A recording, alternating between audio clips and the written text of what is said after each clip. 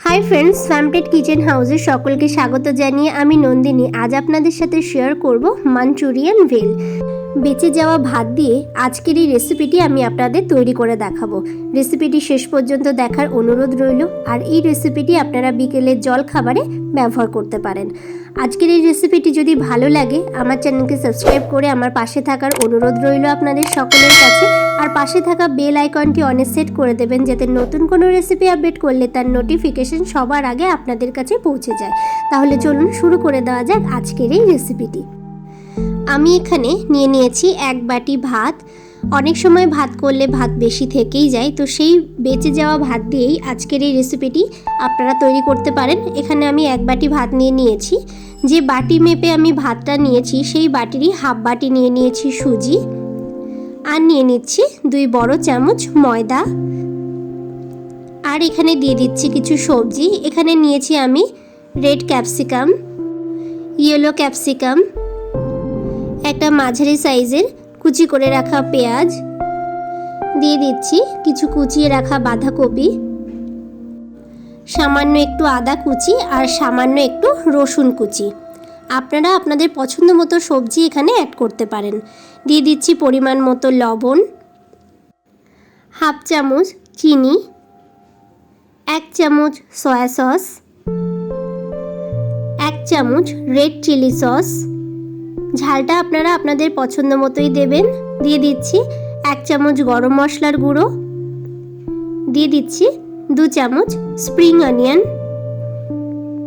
এবার আমি বেশ ভালো করে এই সমস্ত সবজির সাথে ভাতটাকে মেখে নেব। এখানে জল ব্যবহার না করাই ভালো।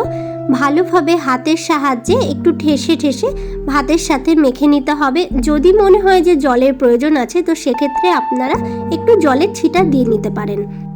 তো দেখুন আমি এখানে ভালো করে ঠেসে ঠেসে একটা ডো বানিয়ে নিয়েছি। ভালো করে ঠেসে ঠেসে মাখতে মাখতে কিন্তু ঠিক এরকম একটা ডো তৈরি হয়ে যাবে।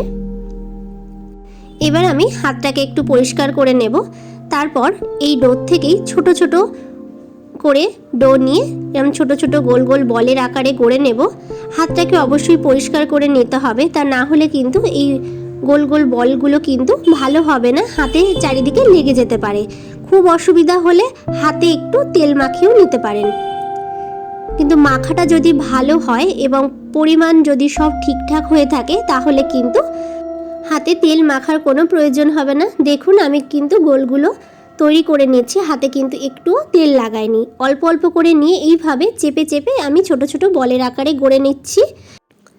বাকিগুলো ঠিক এইভাবে তৈরি করে নিয়ে ফিরে আসছি।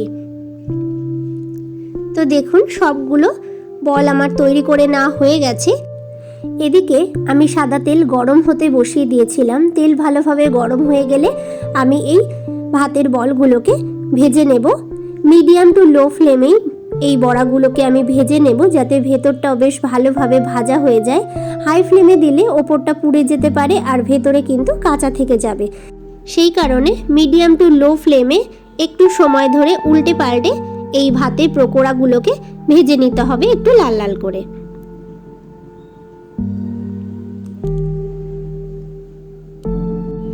তো দেখুন ভাতের পকোড়াগুলো কিন্তু এরকম লাল লাল করে ভেজে নিয়েছি। এর থেকে বেশি ভাজবো না, তাহলে কিন্তু ভালো লাগবে না, পকোড়াগুলো সেরকম নরম থাকবে না এর থেকে যদি বেশি ভাজা হয়ে যায়।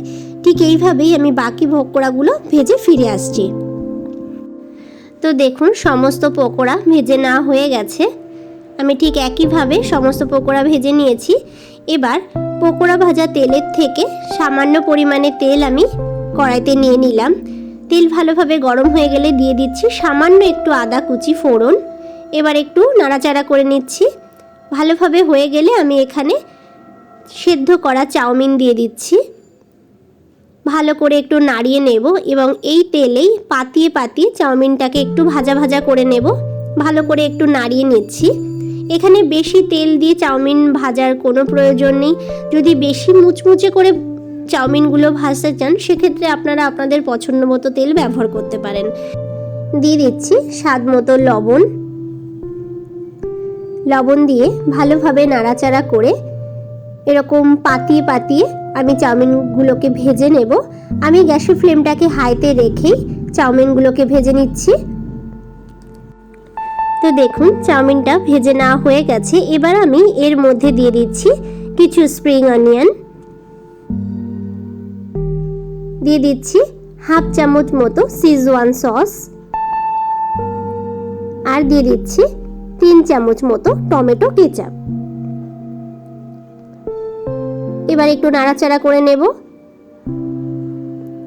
ভালো করে নাড়াচাড়া করে নিয়ে ভেজে রাখা ভাতের পকোড়াগুলো দিয়ে দিলাম। এবার আবারও চাউমিনের সাথে এই পকোড়াগুলোকে নাড়িয়ে নিতে হবে। এই সময় আপনারা গ্যাসের ফ্লেমটাকে মিডিয়াম টু হাইতেও রেখে দিতে পারেন। ভালোভাবে নাড়াচাড়া করে মিশিয়ে নেওয়া হয়ে গেছে। এবার আমি এর মধ্যে দিয়ে দিচ্ছি সামান্য একটু চাট মশলা দিয়েও ভালোভাবে নাড়াচাড়া করে মিশিয়ে নেব। মাঞ্চুরিয়ান ভেল একদমই তৈরি হয়ে গেছে সার্ভের জন্য। এবার আমি সার্ভ করে দেব। আপনারাও এই রেসিপিটি বাড়িতে ঠিক এইভাবে তৈরি করে দেখতে পারেন। আশা করছি আপনাদেরও ভীষণ ভালো লাগবে। আর এই রেসিপিটি অবশ্যই গরম গরম সার্ভ করবেন। আজকের এই রেসিপিটি বাড়িতে ট্রাই করে আমাকে কমেন্ট করে জানাতে ভুলবেন না যে আপনাদের কেমন লাগলো। রেসিপিটি যদি ভালো লেগে থাকে লাইক করবেন, শেয়ার করবেন। সকলে ভালো থাকুন, সুস্থ থাকুন এই কামনা নিয়ে এখানেই শেষ করছি। আবারও ফিরে আসবো নতুন কোনো রেসিপির ভিডিও নিয়ে। ভিডিওটি শেষ পর্যন্ত দেখার জন্য অসংখ্য ধন্যবাদ।